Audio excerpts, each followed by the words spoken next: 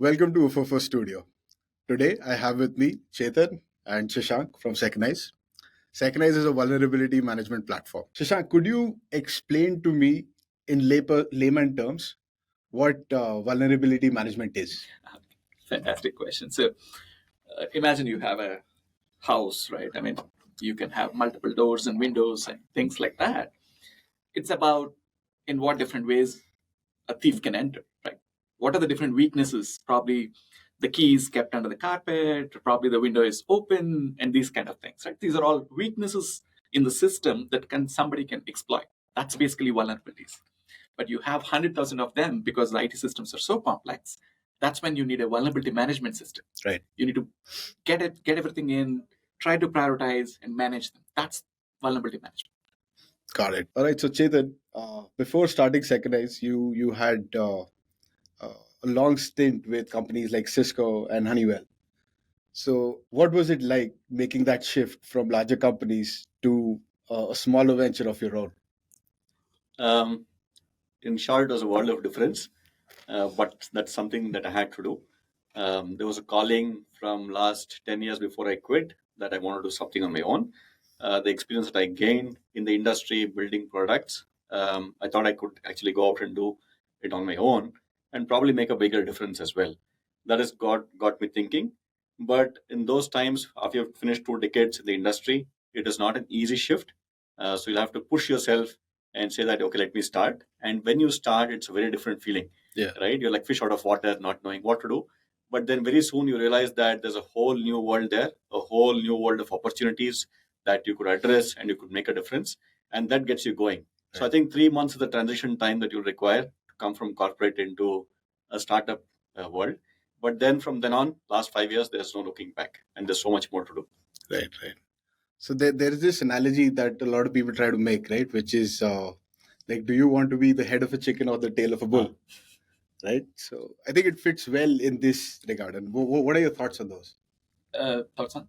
Thoughts on the analogy. Like, do you find yourself working better as like having more agency as the head of a chicken in this case, as opposed to being like a smaller part of a larger company, which is safer? So I would say either head of a chicken or tail of a bone, you end up on a plate. So I mean, that's a good analogy, by the way. But what I'm seeing is that all through my career, it's always about how impactful you can be. That's about getting onto the plate, right? So probably when I was in a larger company, it's like making the elephant dance is very tough. So your impact could be only so much. I felt I was getting constrained.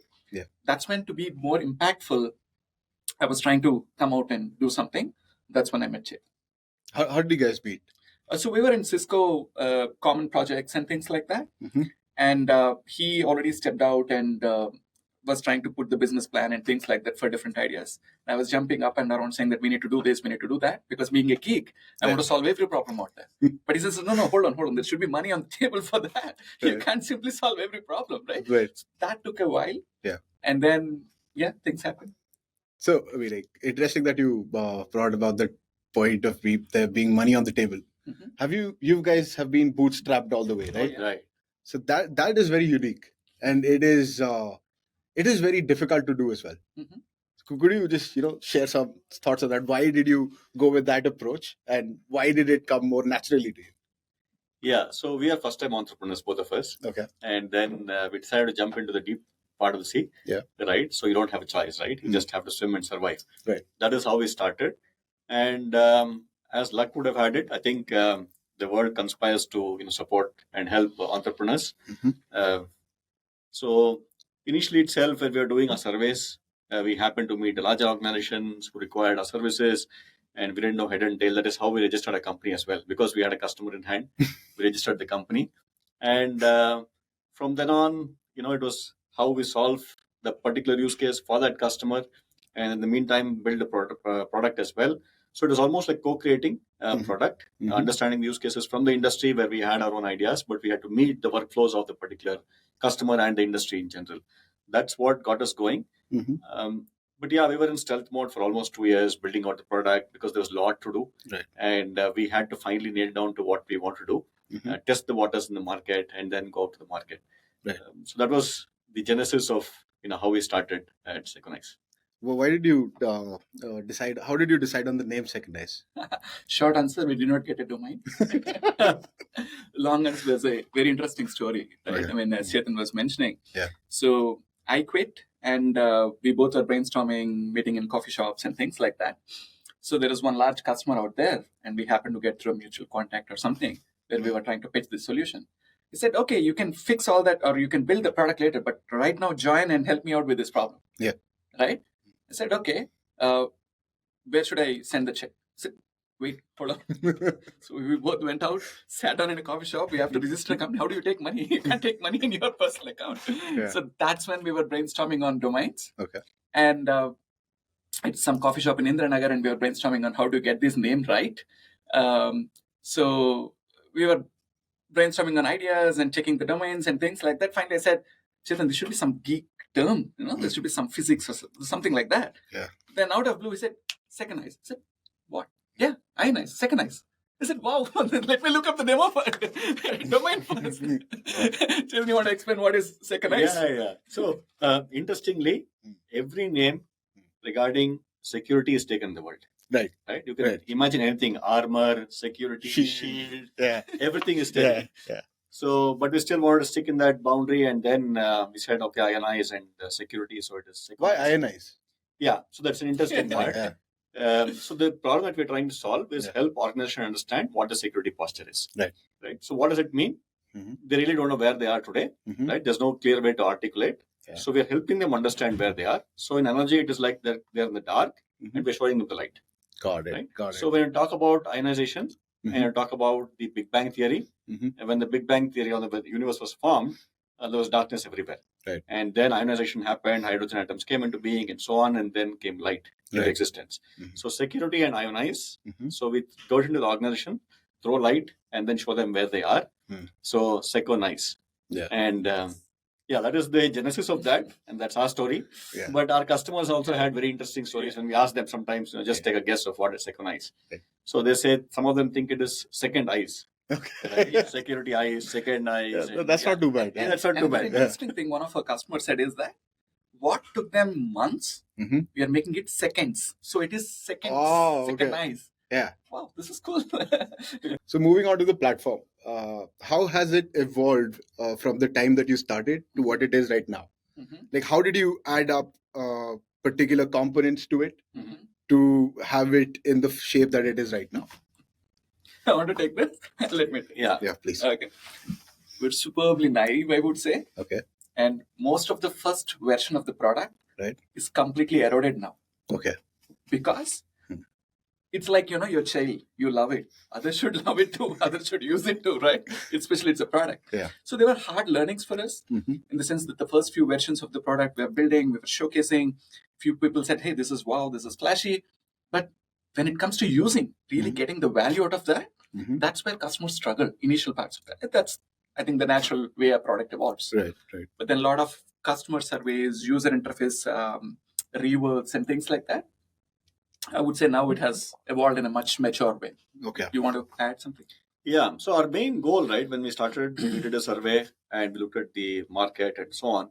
What we found is there was a lot of solutions there, but still there was this problem of customers still facing issues, incidents happening, and suddenly you have a big incident. Yeah, incidents do happen, right? You cannot totally secure yourself. But our thinking was that, can we somehow reduce this? Can we look at it in a different way? Instead of looking at it as an issue, can we look at it as a risk to the organization? And typically in enterprises, what you solve is risks, right? You have financial risk and so on. So always you're trying to solve risks, take decisions based on risks in the organization. So can we look at cyber also as one of the risks, cyber risks, and make it a part of an enterprise risk?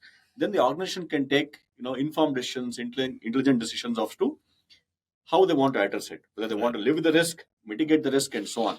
That is where we started. Then we said, okay, now how do I come up with a number, a unit to tell, where do you stand, right? What's your posture? How you articulate it? Yeah. So we said, let's quantify it and then say what you're at loss or what will be the consequence if you don't do this. But then we found that, with the quantification models we came up with and so on, but there was a lot of statistical data that was required to come up with these models. So we said, instead of changing it drastically from where it is now to, quantification model, we'll do a qualified model, which is I'll help you understand all the issues in the organization, Mhm. but I'll help you prioritize of what you need to address first, because there's a limited bandwidth that every organization has for cybersecurity. In that limited time frame, if I can help you address the most critical ones, the most riskiest ones for the organization, then you're addressing the most important problems and you're bringing down the risk to a large extent. Got Right? it. So that is where we started. Mhm. And of course, we built the product towards that. And then we came out to this score, a risk score for that. But the flows in the organization, right? Because for us, it was more about bringing out the posture. But when it's going to organizations, they also have operational requirements, right? Yeah. How do I assign it to people? How do the workflows happen? That is where we had to iron out a lot more and build out those workflows to make it more suitable for mid-size and large organizations. Got it. Got it. So can you give me an example of any unexpected feedback that you received from an organization? I think it was more about operational ones that we kept getting. Like, yeah, I do understand that I'm addressing my issues, but I know that I cannot make it zero. Yeah. But I want to know how am I improving. So Hmm. show me that first, Right. right? Yeah, you show me a lot of issues, but I can't address all the issues.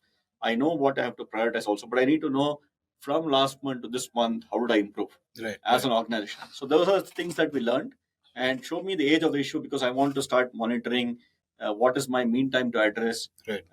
issues. Am I addressing all the critical issues within a given period of time? So I want to start monitoring all those things. Those are the tough operational flows that we learned along the way Mhm. through the journey. Mhm. And yeah, the product now is catering to those kind of needs. Okay. So I'll try to break that journey, I would say, in the last 5 years into 4 things, the Yes. product evolution itself. Please. So our focus earlier was on identification of the risk and putting a score, like Chetan was explaining. Then what we realized is that there are a lot more problems than that, which the customers wanted us to solve. Yeah. Right? In the identification itself, the customers we were working on initially, there are completely some segments they are not even assessing. For example, they were assessing in traditional ways the on-prem servers, Mhm. but they're missing out cloud. Oh. Then we had to ensure that the coverage on identification itself should be better. It's like you miss out certain windows. You're focusing on one door. Right? Right. So we had to improve the coverage. Then you suddenly end up with 100,000 issues because your coverage has increased. Yeah. That's when our core USP of prioritization. Right? Got it. What Yeah. next? I have to fix it. Hmm. Then where is that? Who is owner? Who is accountable? Yeah. Am I improving as a team? Hmm. Is my team working hard to get it down? Or are the bad guys working hard to increase their risk? Right. So we need to ensure that our product Mhm. helps them in identification, prioritization, help them remediation. And the biggest problem, believe me, is validation. Yeah. I can. I, as a CISO, Hmm. I trust my team. They Yeah. say they have fixed all these issues. How do I validate it? Hmm. Right? Before a product, at least half a dozen tools you need. You Hmm. need some scanners, you need to put it in spreadsheet, you need Jira, you need to 100 things. Yeah. Now it's all super simple, folded into one platform. There are a lot of hard learnings, but now I would confidently say that the product that we've built is for solving this exact problem of de-risking yourself. Got it. So, what are some low-hanging fruits that most organizations can go after? Mhm. So, whenever you're talking to them, are there some standard things that you recommend to all of them Mhm. Mhm. from Seconize? And how does Seconize help those organizations go after those fruits? Okay. Yeah. That's a good question, right? The first part is security is so overwhelming. Mhm. There's simply so many things that they need to do.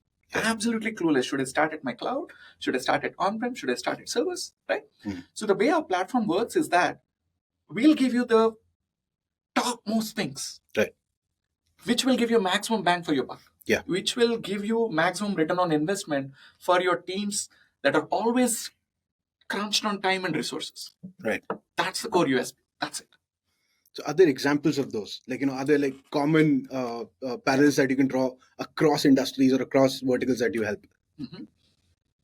So I would say the cloud native companies Mhm. who are growing faster, Mhm. their entire infrastructure is in cloud. Mhm.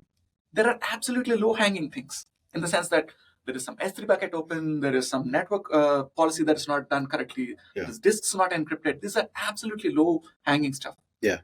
And the way we have built in auto remediation into the product, such that you don't really need deep expertise of cloud. All they need to do is come, review the command, click a button, you are de-risking yourself. Perfect. That's super simple.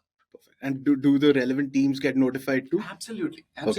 Okay. So, like, are you integrated with Mhm. most of the popular notification platforms like Slack, Jira? Yes. So the Perfect. platform is connector based, pluggable, modular. Mm-hmm. You bring your own system that we can connect and get you notified, Mm-hmm. or bring your own vulnerabilities as well, right? I mean, Beautiful. And like delving more into that, how does Seconize integrate with some of the other tools that are out there? Mhm. And can you give me examples of uh, how those tools work in tandem? Uh-huh. Yeah. So if you take a few steps back, Mm-hmm. on an average, as per report, a mid to large organization needs at least 2 dozen security tools. Okay. There is a lot of fatigue in the IT teams and IT security teams because they're looking at a lot of consoles. Right. And there's no head or tail of it. Yeah. Right? Right. So another thought in the core platform is that it should be your go-to platform. Mm-hmm. It should be pluggable, wherein you build the connectors out of box, Mm-hmm. that it will work with the ecosystem. It's not like working in isolation, but the entire gamut of security products that are deployed. Right. So the way I would see it is that it's API first, connector first, cloud native approach, Mm-hmm. so that you just plug and play and see the value in the first few days itself. Yeah. So if I just want to add to that, right? Yes, please. So we have two kinds of models in the product. Like I said, we cater to startups and mid-sized organizations and to large organizations as well. So when we go to startup, Series A and beyond, cybersecurity is becoming important for them, but they really don't know how to look at it and what to start addressing. They don't have a CISO as such, right? They have the CTO who doubles up as a CISO and so on. So for them, we'd help in the entire stack, which is identifying the issues in the cloud and helping them address the issues and get to a better security posture. Right. When we go to slightly larger organizations, they already have investments in cybersecurity. Yes. Right. They have scanning that is going on for some time. There, we are complementing them. So we don't ask them to rip and replace whatever they have today. So we go and complement, saying that we can integrate with the scanners that you have in place. You may have 5 scanners, right? They're separate for a cloud, or you may not have anything for the cloud. You may not have for servers, you may have for applications and so on. So we can ingest the feed. So we have integrated with all the popular scanners. So we can ingest the feeds from all of them. We normalize, we build a risk model on top of it, and then show them what is the priority for them to address. Mm-hmm. And after having addressed, we also do the validation. So it becomes a one platform where you can go and do complete vulnerability management. Perfect. So Chetan, this one is for you. What type of customers are ideal for you? Customers who are looking to improve their security posture in the organizations. Mm-hmm. So typically, we cater to, I said, startups, Mm-hmm. Wherein it is becoming important even for the investors to understand what is the security posture of the organizations, because the valuation of the startups is also dependent upon their cybersecurity posture now. Mm-hmm. We saw during COVID times that a few incidents brought down the valuation drastically. Yeah. So every investor now is looking for how to improve the security posture. Right. So they become an important segment for us because they are completely on the cloud. They're completely technology companies. So any company today is a technology company, right? You have even logistics companies who are nothing but technology companies. Right. So it becomes important that we understand what their infrastructure is, what their digital assets are, and then help them improve. And we also cater to BFSI, banking, financial services sector, wherein in India it's the only regulated sector, wherein the regulators are becoming increasingly stringent of how they need to monitor and run their organizations. So there we are helping these organizations understand and also prioritize, because they need to follow risk management approach. They cannot address everything, but they need to look at what are the most riskiest issues that they have and address them. So those are the kinds of organizations that we typically target. And large organizations is they have multiple scanners, they have multiple programs already running, but they can't bring all it together. They can't bring it to one place. So where we help them bring it all together, then the CISO can look at one central place where they understand what is happening throughout the organization. They can splice it and look at what's happening to different kind of divisions. They can look at it from an asset based, so they can manage their whole vulnerability program management from one place. Got it.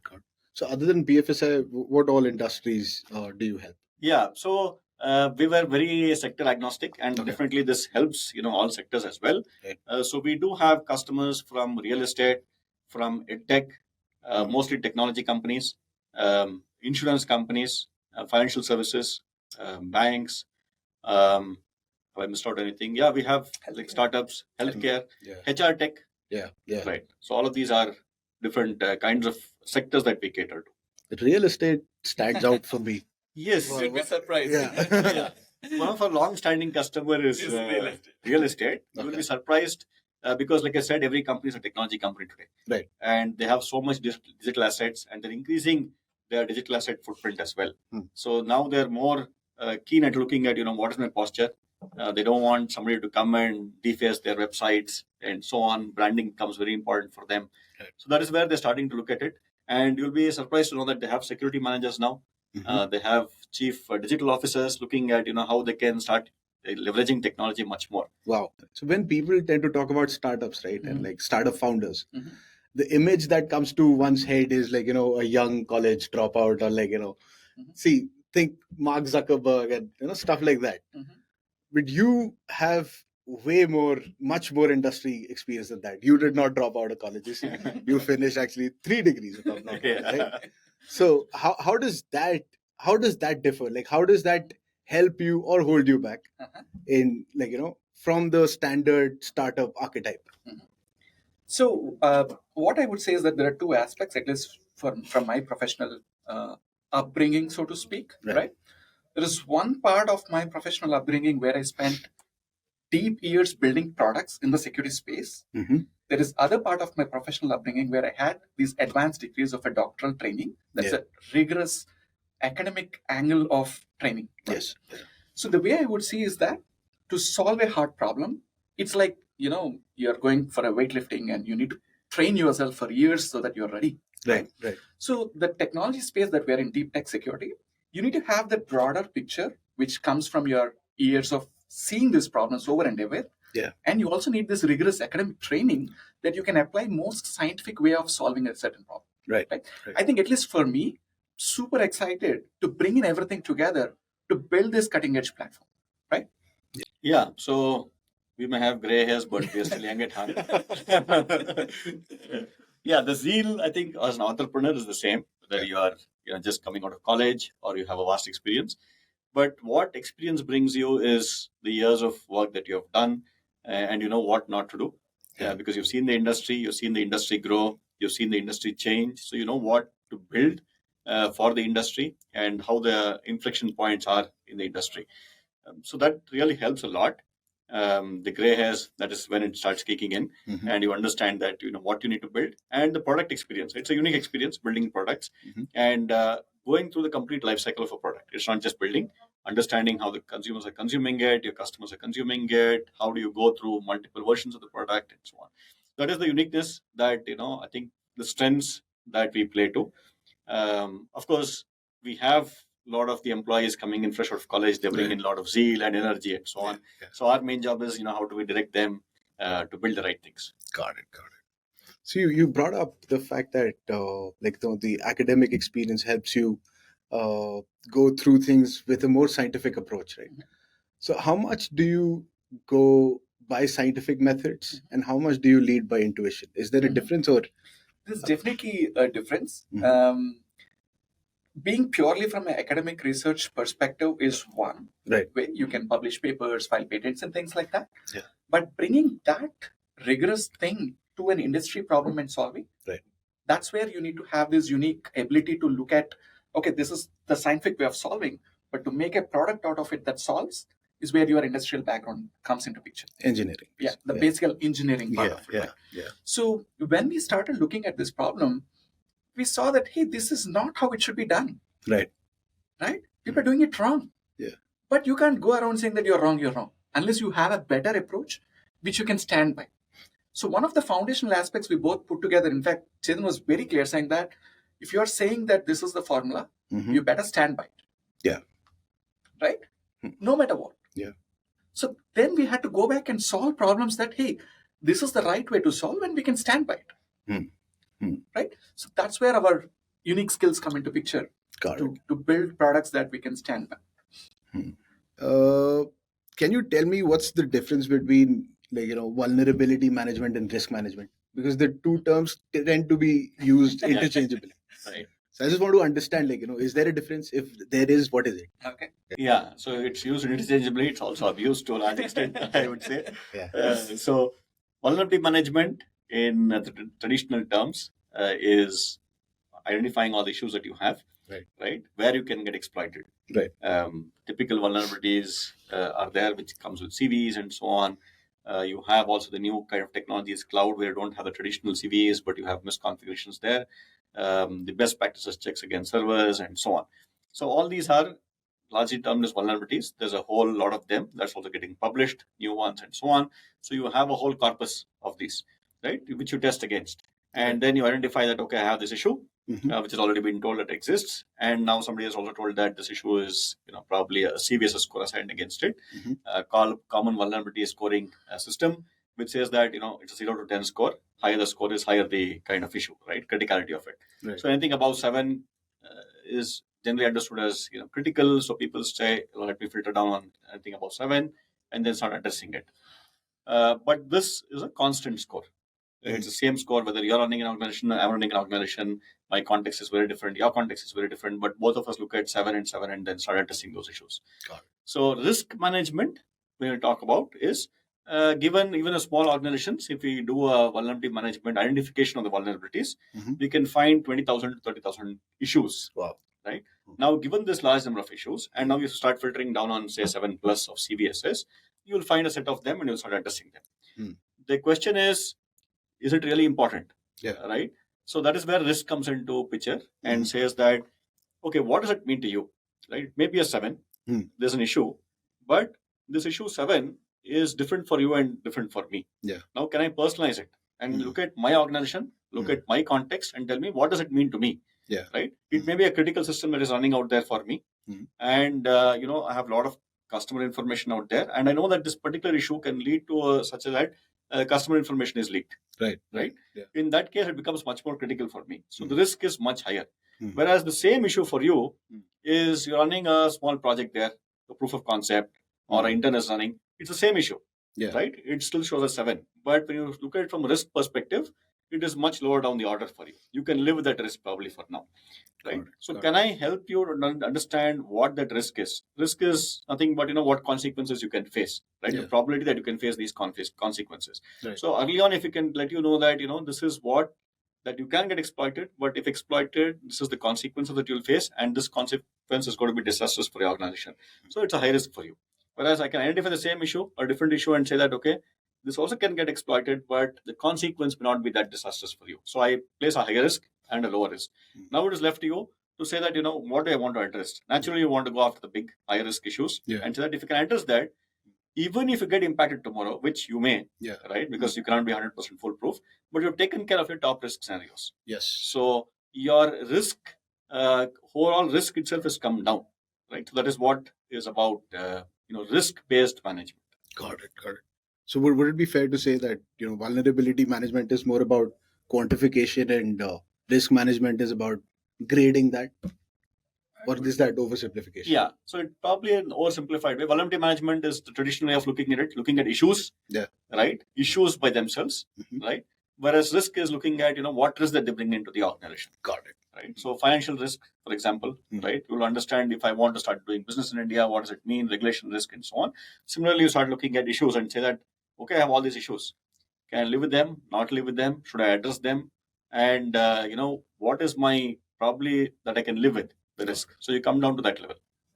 Makes sense. So what's on the roadmap for Seconize? Like, are there any new features that are going to be rolling out anytime in the future?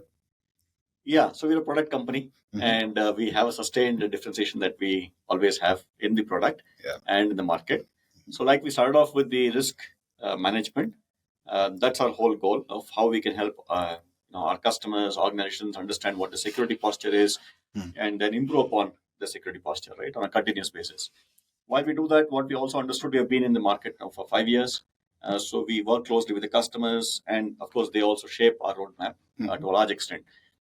What we understood is that there are two things, the two drivers, right, which on the CISO's mind. How do I understand my vulnerabilities? What is my security posture and how do I improve on it? And second one is also about regulations, right? So how do I manage my regulations? So there we have also started a journey in the compliance audit automation space where we're helping organizations how to automate their entire internal audit process, which is to take, probably 3 months for them, a quarter completely. we can bring it down to minutes. That is something that we're working on. Exciting to share with you in another session of how we're doing that. Largely, we play in the GRC space, right? Okay. Governance, risk, and compliance. While we do the risk management, we're doing the compliance management, now audit automation. Now, a further extension of that is, I'm doing it for my organization, but can I also understand how my vendors are doing?